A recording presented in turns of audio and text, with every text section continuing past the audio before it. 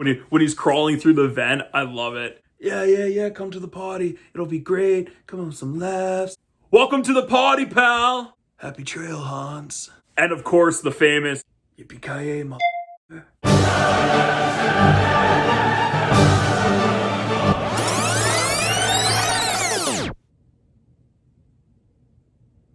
Hey everyone, welcome back to Mr. Teach Film Preach, and today we are continuing my list of the best Christmas movies of all time, the 12 Days of Christmas Watch Films. I'm so excited to talk to you guys about number 5 today. So number 5 goes to obviously the classic, the iconic, the brilliant, amazing action Christmas movie, Die Hard. I mean, how can I make a Christmas list and this movie not be on the list? Some people don't think there's a Christmas movie. Guys, listen to me. I don't preach. Wait a second. Yes, I do. What are you guys talking about? It is set at Christmas time. It is Christmas themed. They talk about Christmas. They have things that are happening about Christmas. There are Christmas decorations. They have songs that are Christmas. There are literally the score of this movie imposes Christmas music throughout the entire thing. Just because it's an action film, ladies and gentlemen, doesn't mean it's not a Christmas movie. It's like any genre. A Christmas movie could be a horror film, an action film like this, comedy. It could be a family film, an animated film. Where this debate is Die Hard a Christmas movie or not? Guys, it is. Did the Nazis lose World War II? Yeah.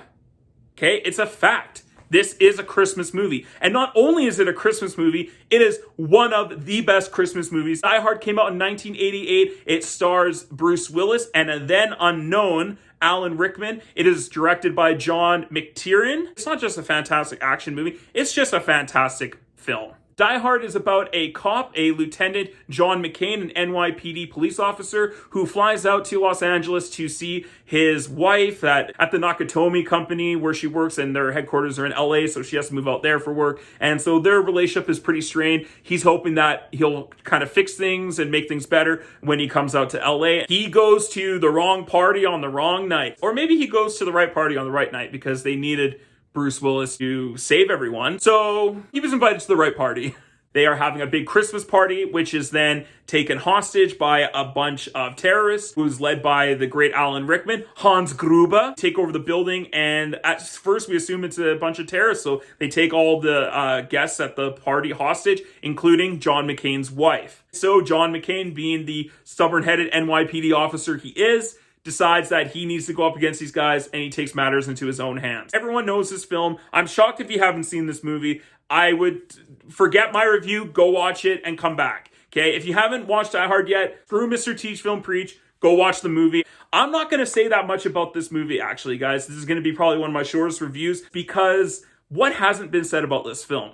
It is so talked about. It is so referenced. People know it. Even if you haven't seen the movie, you still kind of know what it's about, you know who's in it. A film to have that much impact and that much pop culture impact is pretty amazing. One of those movies that you can watch over and over and over again and never get sick of it. It is 2 hours of pure adrenaline action. It is fantastic filmmaking in all aspects. How it's written, how it's portrayed, the actors in it. I mean, Bruce Willis is perfect as John McCain. Alan Rickman, who really had just done theater and some European movies, this was his first big breakout role in the Hollywood scene, and he does it with a ton of bricks. He comes in and just takes over this movie. Him and Bruce Willis going against each other is so great. And they actually don't even meet until 3/4 way through the film, when he's pretending to be that businessman when they first meet on the roof. Totally changes accents. I love that scene. I love Alan Rickman in that moment, and he portrays it so well. This movie is directed fantastically by John McTiernan. He really has a great eye for action. He does these great, long, swooping dolly shots with his camera. He places his cameras in really interesting spots to show the action, to show characterization, and how those characters are feeling when that action's happening. Action actually begins to take its toll on our characters. We see the pain he's going through. We see the exhaustion on his face. We see the stressfulness of the situation that John McCain has gotten himself into. And there is an actual impact on him physically and mentally and emotionally. His character has gone through so much. We feel drained by the end of this movie along with him. And that's great filmmaking. If you can make us feel like what the character's going through, we can understand it. And that's the brilliance of this movie and of the director. Bruce Willis is magnificent as John McCain. His best performance he's ever done. Love John McCain. He is this character. He pulls it off really well, and it really is what made him a star, and you can see why. Phenomenal Alan Rickman as the Hans Gruber, as the main bad guy, and probably one of the quintessential villains in film history. Hans Gruber is probably most likely going to be on that list somewhere. And he's portrayed so brilliantly by Alan Rickman, it makes them a classic almost instantaneously. They're about to be taught a lesson in the real use of power. Because I am interested in the $640 million in your vault. But I'm telling you, you're just going to have to kill me. Okay. We do it the hard way. His accent, his voice, the way he talks to Bruce Willis, their dialogue back and forth over the radio, his plan, how smart he is, how cunning he is, and how talented he is at blending in. He tricks John McCain, and that is so great to have such a great foil against a great hero is having a great antagonist. And they play well off each other in this film. Even if it's just over the walkie-talkie, you can tell there's a really great chemistry between those two performers. Sergeant Al Powell and from Family Matters, Theo, the limo driver, or Carl, Hans Gruber's right-hand man. So great. The bad guys in this film feel very threatening, and that is great. That's what makes a great action movie. You have to have great villains that seem threatening to us as the audience, even as we're sitting there. We feel what these characters are going through because these villains are crazy and they're well thought out. What is so brilliant about this movie is that they take a small scale idea and they explode it. They blow it up. This movie pretty much takes place all set in one building, but it's basically all in these empty office building. They have these explosions and tanks and helicopters and robbery. That's actually what's happening is they're trying to steal over $600 million.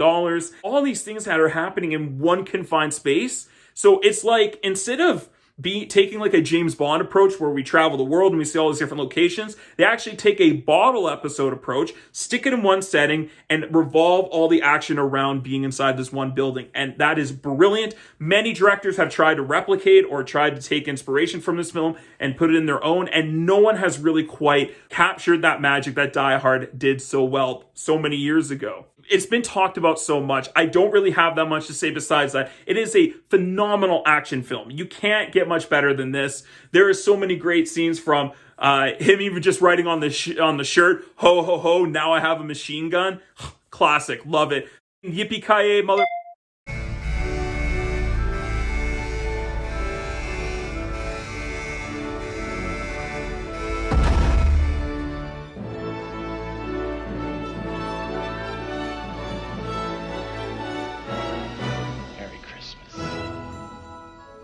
He's got the gun taped to the back of his neck and he reaches behind it and he pulls it out and shoots Hans at the end.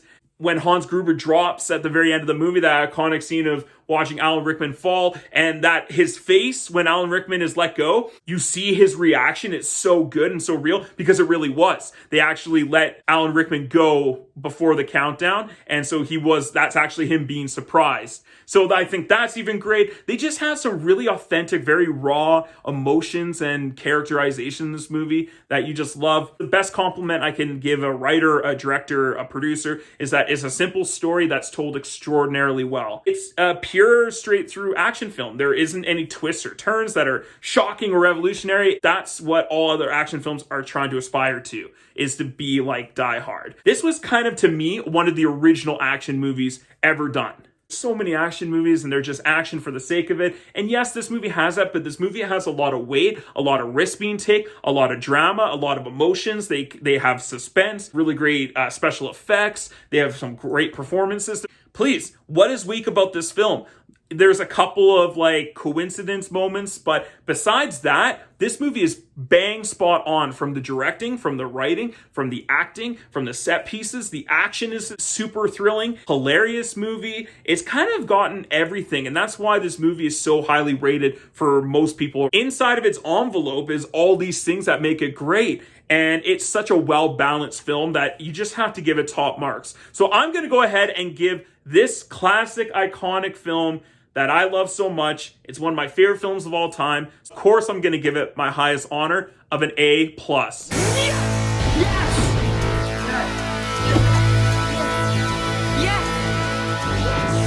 Yes! Top of the class. This is high quality action filmmaking at its best. And honestly, it came out in 1988. This is better than most action films that are made in the last, since then. 4 sequels, ugh.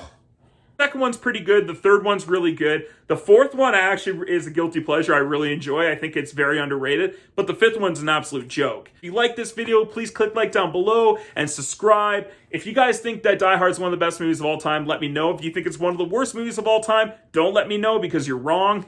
Thanks so much for watching, you guys. Come back and check out some more Mr. Teach Film Preach and check out more of the 12 Days of Chris Must Watch Films Top 3. Oh yeah, we're getting in some really great territory here. Happy holidays, Merry Christmas, and as always, let's get taught.